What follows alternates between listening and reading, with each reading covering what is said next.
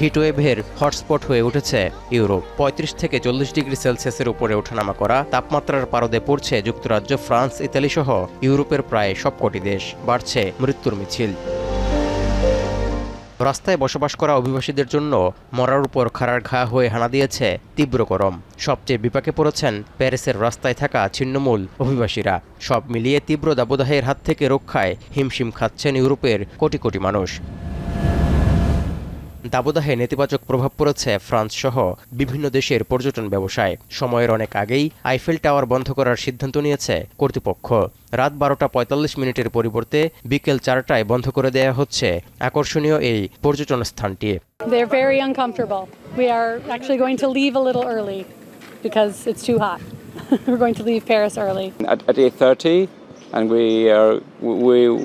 we intended to go to the top floor, but we couldn't.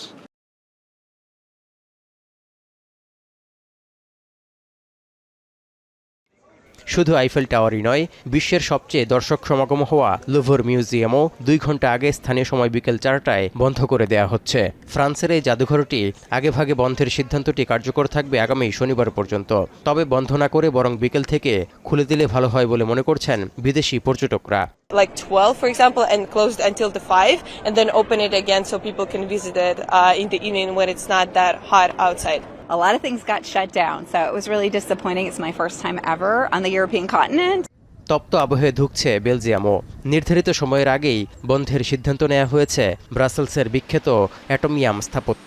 এতে করে হতাশ বিভিন্ন দেশ থেকে ঘুরতে যাওয়া ভ্রমণ পিপাসুরা। I came from all the way from Los Angeles, and here if we come, it's closed. I'm getting very sad. গরম আবহাওয়ায় ইউরোপের অন্যান্য দেশের পর্যটন ব্যবসায় ভাটা পড়লেও সুইজারল্যান্ডের সিনেমা হলগুলোর ব্যবসা বেশ চাঙা হয়ে উঠেছে। তাপমাত্রা থেকে স্বস্তি পেতে শীতাতপ নিয়ন্ত্রিত সিনেমা হলগুলোই ভিড় বেড়েছে সিনেমা প্রেমীদের। অতিরিক্ত তাপপ্রবাহের মধ্যে যেন স্বস্তিদায়ক আশ্রয়স্থল হয়ে উঠেছে সিনেমা হলগুলো।